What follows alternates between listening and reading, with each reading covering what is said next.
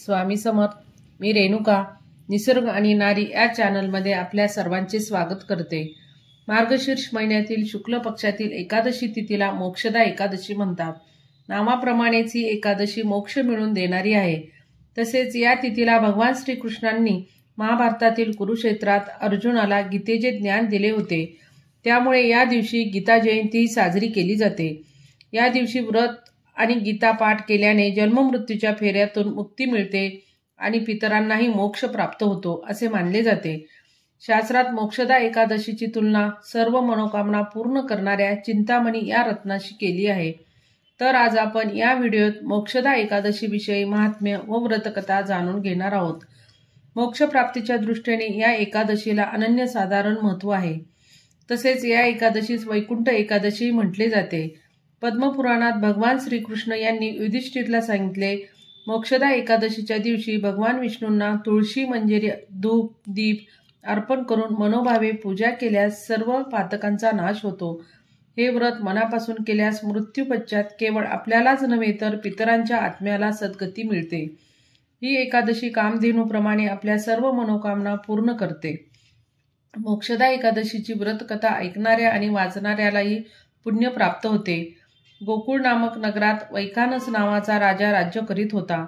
त्याच्या राज्यात अनेक विद्वान होते. तो आपल्या प्रजेचे मुलाप्रमाणे संगोपन करत असे. एके रात्री राजाला स्वप्न पडले की त्याचे वडील नरकात गेले आहेत.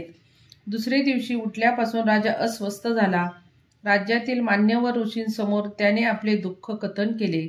आपल्या वडिलांना नरक यातना भोगाव्या लागत आहेत ही कल्पनाही आपणाला सहन होत नाही. ऋषींनी राजाला पर्वत ऋषीकडे शंका निरसन करण्यासाठी पाठवले. राजाने पर्वत ऋषींची भेट घेतली. त्यांनी ध्यानस्थ होऊन राजाच्या वडिलांचे प्रारब्ध पाहिले आणि राजाला सांगितले, राजा, तू पाहिलेले स्वप्न खरे आहे. तुझ्या वडिलांकडून अजाणतेपणी झालेल्या कुकर्माचे फलित म्हणून त्यांना नरक यातना भोगाव्या लागत आहेत. राजाने विचारले, गुरुदेव, त्यांच्या यातना कमी व्हाव्यात म्हणून काहीच उपाय नाही का?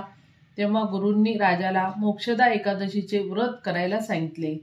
गुरूंच्या सांगण्याप्रमाणे राजाने ते व्रत केले आणि त्याच्या वडिलांची कुकर्मातून मुक्तता झाली. त्यांनी स्वप्नात येऊन पुत्राचे आभार मानले. तेव्हापासून राजा हे व्रत श्रद्धेने करू लागला. पापनाश होऊन मोक्ष मिळण्यासाठी मोक्षदा एकादशीचा उपवास जरूर करावा व भगवान विष्णूंची पूजा करावी. तसेच या दिवशी गीता जयंती असल्याने गीता पठणास सुरुवात करावी. समस्त मानवजातीच्या कल्याणासाठी भगवंतांनी गीता सांगितली. तो आजचा दिवस. भारतीय तत्वज्ञानातील श्रेष्ठ तत्वज्ञान म्हणजे गीता होय. आद्य शंकराचार्य यांनी महाभारताला कामधेनूच्या दुधाची उपमा दिली आहे, तर भगवद्गीता हे त्याचे नवनीत आहे असे संबोधले आहे. संपूर्ण विश्वातील मानवजात गीता जयंती मोठ्या उत्साहात साजरी करते.